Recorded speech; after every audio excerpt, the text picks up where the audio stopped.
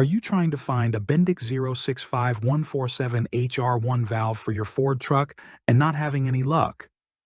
Ace Motor Parts can help you out.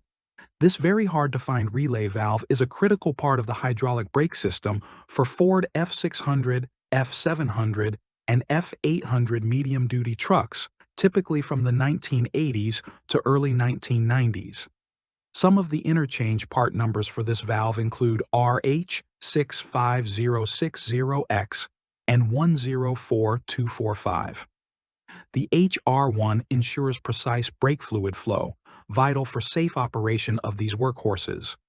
But here's the catch.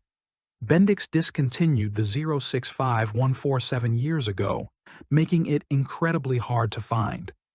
These valves are prone to cracking under pressure, and a cracked valve cannot be rebuilt.